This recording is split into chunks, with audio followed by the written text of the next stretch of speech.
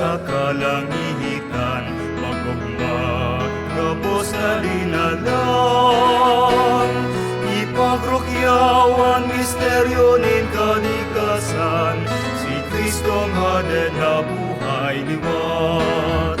Magugma o dagasin magliwanag, magliwanag sa kamurawayan. Ni Kristong nagtubo sa kinaban, nagparakan diklom sa God paman. Magugma o simbahan ni Diyos, simo nagliliwanag ang kagtubos. Mapalo manininin kaogmahan, mga awit nin bilog na banwaan.